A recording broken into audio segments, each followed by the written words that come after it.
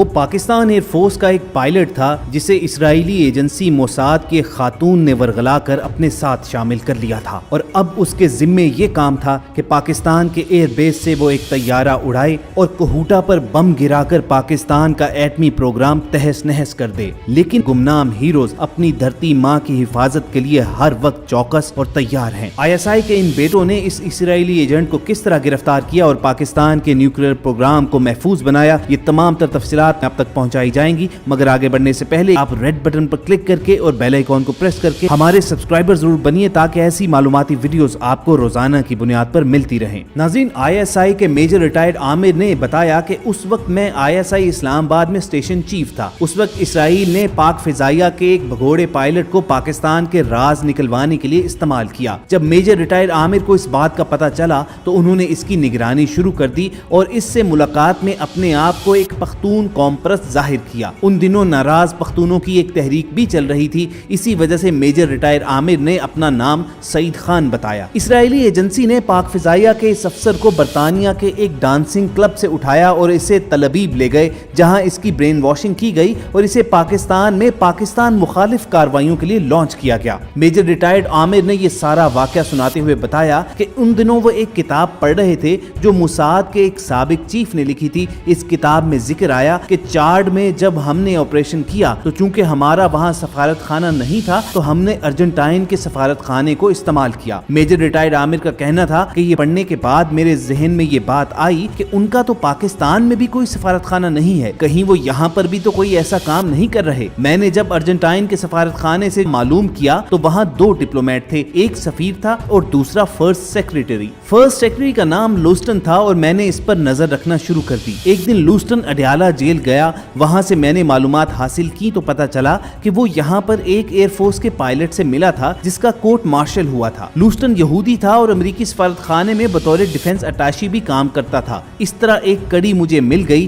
جب پائلٹ رہا ہو کر جیل سے باہر آیا تو میں نے اس کے پیچھے ایک آدمی کو لگا دیا جس نے اسے میرے بارے میں بتایا کہ یہ ایک پختون ہے جو فوج سے ناراض ہے۔ میجر ریٹائرڈ عامر نے کہا کہ میں نے 2 سال اس کے ساتھ کام کیا اور وطن عزیز کے خلاف اسرائیل اور بھارت کا پلان بے نقاب کر دیا۔ دوستو، یہ کوئی پہلا واقعہ نہیں تھا کہ جب اسرائیل اور انڈیا نے مل کر پاکستان کا ایٹمی پروگرام ختم کرنے کی سازش کی۔ ISI کے گمنام ہیروز اس لیے چوکنے اور مستعد تھے کہ اس سے قبل بھی اسرائیل اور انڈیا ایسی ناپاک حرکت کر چکے تھے۔ یہ 80 کی دہائی کا درمیانی عرصہ تھا۔ انڈین گجرات کے جمان گڑھ ایئر فیلڈ پر اسرائیلی جہازوں کا ایک اسکواڈرن پاکستان کے کوہوٹا ایٹمی پلانٹ پر حملہ کرنے کے لیے تیار تھا۔ یہ پلان اسرائیل، امریکہ اور بھارت نے مل کر تیار کیا تھا، جس کے لیے 5 جنگی جہاز تیار کیے گئے۔ اس بھارتی اسکواڈرن نے پاکستان کے اندر بحر ہند سے گزرنے والے ایک بڑے مسافر جہاز کو نشانہ بنانے کا ٹارگٹ رکھا تھا اور بعد ازاں اسی نے کوہوٹا ایٹمی پلانٹ پر بھی حملہ کرنا تھا۔ ایک بڑا مسافر بردار جہاز جو صبح سویرے بحر ہند کے اوپر سے پرواز کرتا ہوا اسلام آباد جانے والا تھا،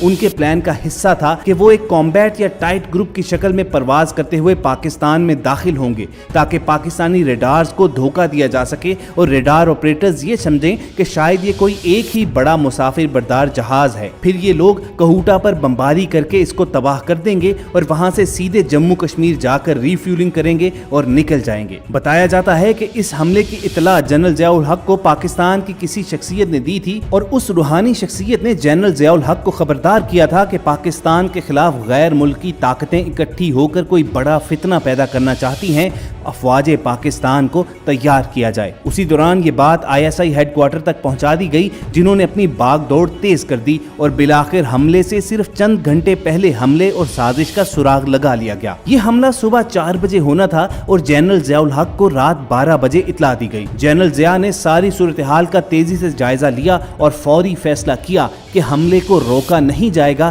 بلکہ ناکام بنایا جائے گا تاکہ پاکستان کو جوابی حملے کا جواز مل سکے، اور فوراً ہی ایک بھرپور جوابی حملے کا پلان بنا لیا گیا۔ پاکستانی ایئر فورس کے 3 دستے تشکیل دیے گئے۔ پہلے کے ذمے یہ کام تھا کہ وہ اسرائیلی جہازوں کے حملے کو ناکام بنائے اور ان کو مار گرائے۔ دوسرے دستے کو ممبئی میں انڈیا کے ایک نیوکلیئر پلانٹ کو تباہ کرنے کا ٹاسک ملا، جبکہ تیسرے دستے کو اسرائیل کے ایک نیوکلیئر پلانٹ کو تباہ کرنے کا ٹاسک دیا گیا۔ اس ٹاسک میں اہم بات یہ تھی کہ اسرائیل پر حملے میں پاکستانی جہاز وہاں ریفیولنگ نہ کر پاتے اور ان کا گرنا لازمی تھا، یعنی یہ ایک فدائی مشن تھا